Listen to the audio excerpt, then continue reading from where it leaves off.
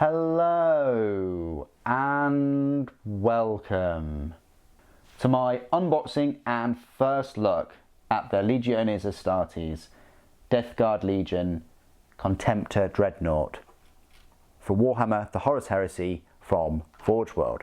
He's right here in this big old clamshell blister pack. He will cost you £42, which is the same price as all of the other Legion specific Contemptor Dreadnoughts on Forge World. But it's important to compare his price point to the plastic Contemptor Dreadnought, which isn't Legion specific, for £36.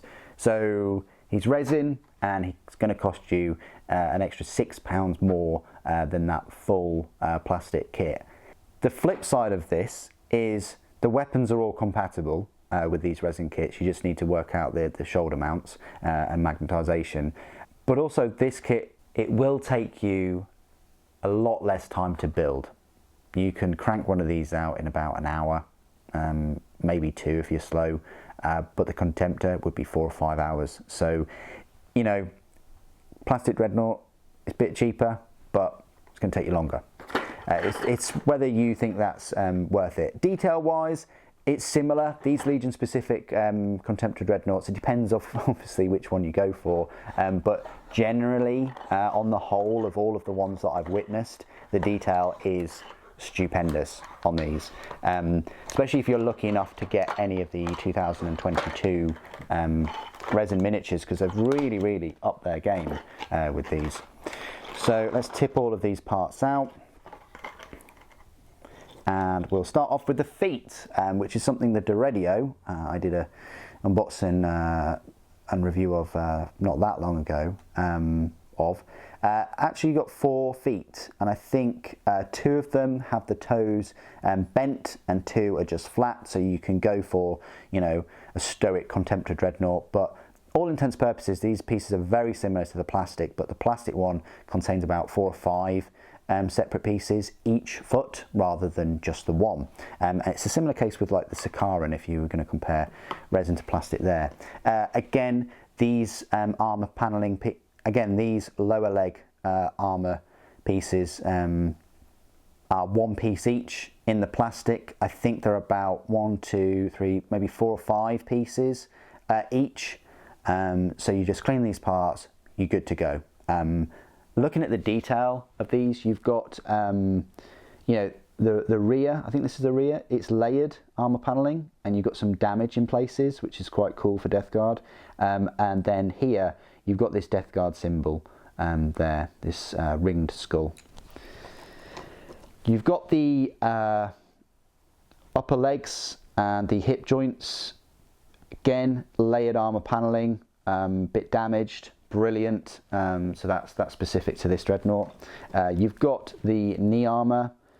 It is the knee armour is framed, and there's a bit of damage on there, which is brilliant. And I like this sort of throwback to this Crusade armour for Death Guard. So this is Dreadnought. So this Contemptor has like a Crusade Mark II armour inspired head there.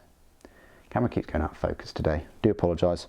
Then you've got the exhausts, which are a fair bit bigger than on the Dreadnought, I have to tell you. Dreadnought must have a very efficient power supply, but yeah. You've got the shoulder pads or pauldrons or just shoulders for the Death Guard Dreadnought. Again, lots of damage, which is brilliant, already baked in. You've got the Death Guard symbol. I like this frame studded. These frame studded pieces, I think these work really well on this one, but not so much on like a Leviathan. It's a shame we don't get a Death Guard Leviathan Dreadnought, because the Death Guard Leviathan Dreadnought, because one of those even features in one of the Siege of Terror books, so it would be great to have Legion specific Contemptor Dreadnoughts. I think there's still a thirst for them. Then you've got the main body of the Death Guard Dreadnought itself. One of the downsides of having all of this armour baked in is if you got a second one, all of the damage would look exactly the same unless you tried to cover it up or smooth it out, which is a possibility.